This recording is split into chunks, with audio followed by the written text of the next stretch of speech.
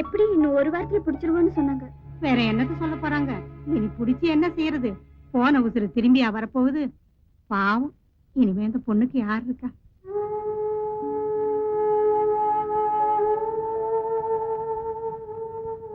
ருத்ரா,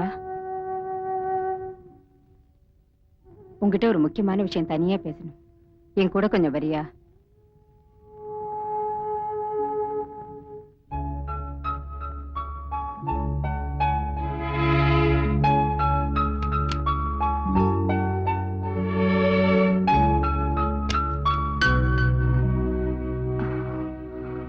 என்னம்மா?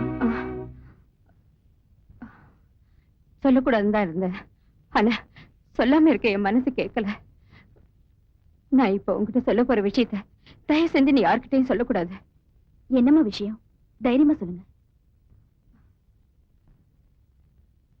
நேத்து ராத்திரி எல்லார் வீட்லயும் பட்டாசு வெடிச்சிட்டு இருந்தாங்க.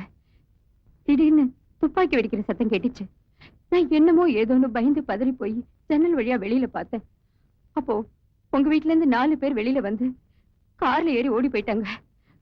ஆனா அந்த 4 பேர்ல ஒருத்தனை மட்டும் எனக்கு நல்ல அடையாளம் தெரியும். யார் அவன்? மாயாண்டி. மாயாண்டியா? ஆமாமா, அவன் பெரிய கேடி. அது ஊருக்கே தெரியும். அவன் செஞ்ச அட்டூழியங்கள்லாம் பத்தி பத்திரிக்கையில பத்தி பத்தியா வந்தது. ஏன், அவன் போட்டோ கூட வந்தது. நீ பாக்கல? ஆமா, பாத்திருக்கேனே. ஆனா அவனுக்கும் எங்க குடும்பத்துக்கும் என்ன சம்பந்தம்? சமீபத்துல உங்க அப்பா ஒரு கேஸ்ல அவனை புடிச்சு கொடுத்து தண்டனை வாங்கி கொடுத்தாரு. அவன் சாதாரணமான ஆள் இல்ல. அரசியலையும் சரி, போலீஸ் டிபார்ட்மெண்ட்லயும் சரி செல்வாக்கு அதிகம். அதனால தானே. ஐயோ, அவசரப்பட்டு எந்த முழுக்கும் போயிடாதம்மா. இத போய் நீ போலீஸ்ல சொன்னீன்னா எங்க உயிருக்கு தான் உடனே ஆபத்து வரும். வேண்டாமா?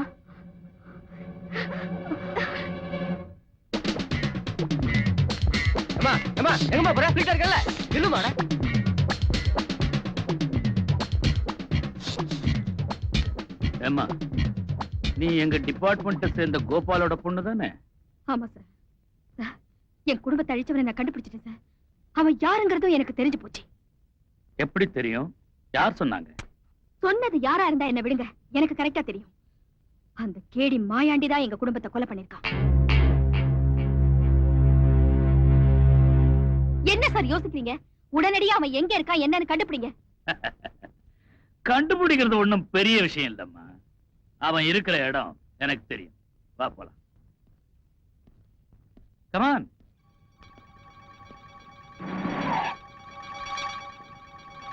என்ன சார் இங்க கூட்டிட்டு வந்திருக்கீங்க? உள்ள வந்து பாரு.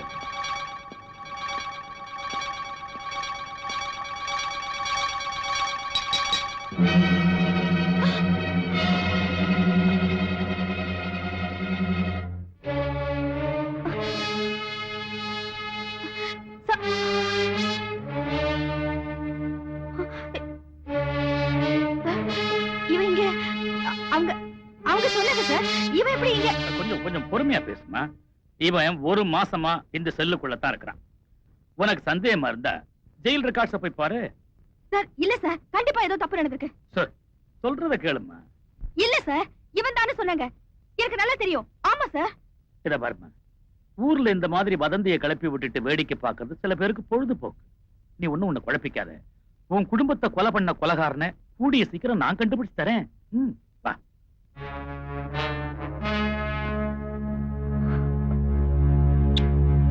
நல்லா தெரியுமா?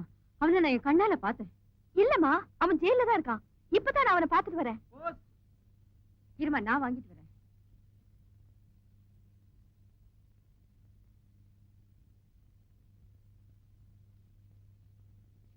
உனக்குதான். உங்க அப்பா எழுதியிருக்காரு. காலேஜ் காமிச்சிருக்காரு. அங்கிருந்து ரிட்டர்ன் ஆகி வந்துருச்சு.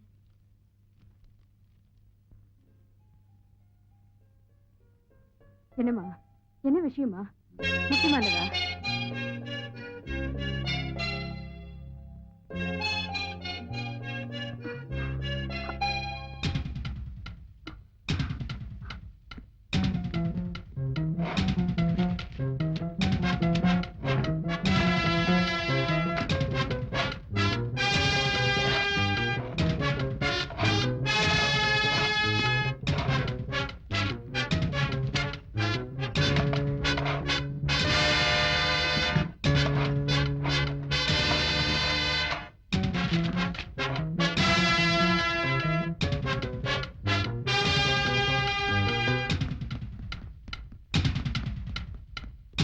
என்னம்மா ஓகே சார். சார் கண்டுபிடிச்சேன் சார், அவனேதான் கண்டிப்பா. என்னம்மா சொல்ற? கொஞ்சம் நிதானமா சொல்லுமா. சார் எங்க அப்பா எனக்கு லெட்டர் எழுதிருக்காரு, படிக்க கேளுங்க. டியர் ருத்ரா, கொஞ்ச நாள் முன்பு பிரபல கேடி மாயாண்டியை கைது செய்து நான் உள்ளே வைத்தேன். அப்போது அவனிடமிருந்து ஒரு முக்கியமான வீடியோ கேசட் எனக்கு கிடைத்தது. அந்த கேசட்டில் பெரிய விஐபிகளுக்கு கூட தொடர்பு இருப்பதாக எனக்கு தெரிய வந்தது. அது மட்டுமல்லாது போலீஸ் டிபார்ட்மெண்டிலேயே எனக்கு சீனியரான சில ஆபீசர்களும் அவனுடன் மிக நெருக்கமாக இருக்கிறார்கள். என்னிடம் கேசட் இருப்பதை நிச்சயமாக மாயாண்டி என்னுடைய சீனியர் ஆபீசர்களுக்கு தெரிவித்திருப்பான். எனவே எனக்கு எந்த நேரத்திலும் மாயாண்டு மூலமோ அல்லது அவனது ஆட்கள் மூலமோ ஆபத்து வரலாம். இந்த நிலையில் சம்பந்தப்பட்ட வீடியோ கேசட் என்னிடம் இருப்பது அவ்வளவு பாதுகாப்பல்ல.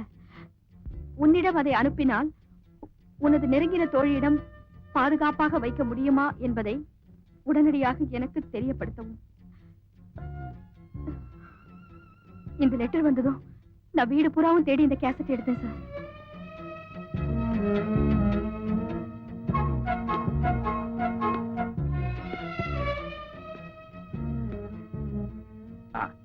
அந்த கேசட் லெட்டர் டேபிள்ல வை.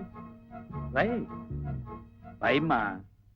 இத பாருமா, இந்த விவகாரத்துல என்னோட சீனியர் ஆபீசர்ஸ் எல்லாம் சம்பந்தப்பட்டிருக்காங்கிறதுனால எதுக்கும் மினிஸ்டர் பேசிட்டு தான் உனக்கு பதில் சொல்ல முடியும். அது வரைக்கும் அந்த ரூம்ல உட்காரு. கான்ஸ்டபிள் சார், இந்த அம்மா அந்த ரூம்ல உட்கார வை. குடிக்கிறதுக்கு கூல் ட்ரிங்க்ஸ் கொடு. போமா, ரிலாக்ஸா இருமா. Everything will be all right.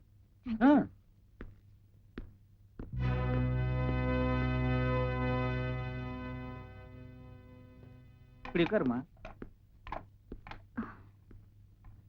நான் தான் சார் பேசுறேன். இந்தாம்மா முடியுமா? சரி சார், ஓகே சார்.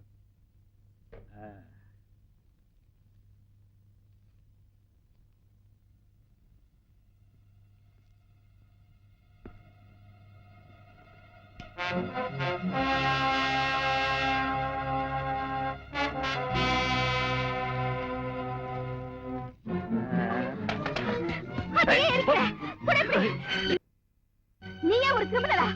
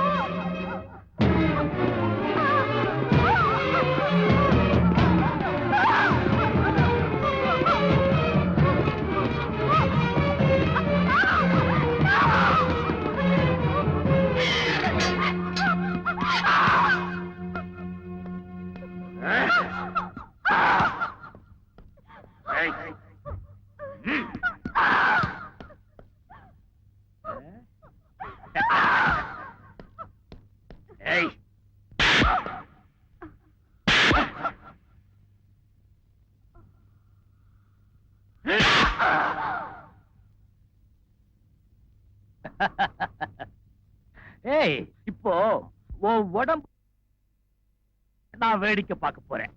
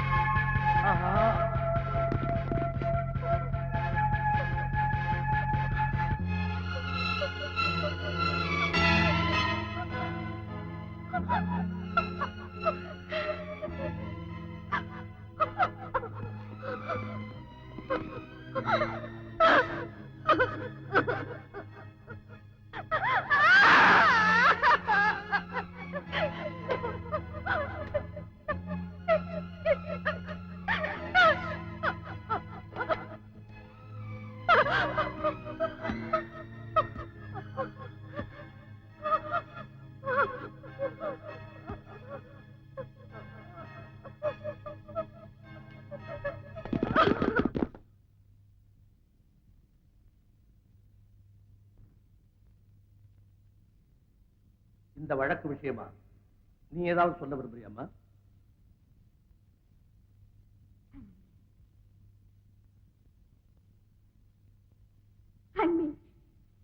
என்ன தூக்குல போடுங்க. இல்லம்மா, டிஎஸ்பியை நீ எதுக்காக கொலை பண்ண? காரண காரியங்கள் ஏதாவது நீ சொன்னாதான் நான்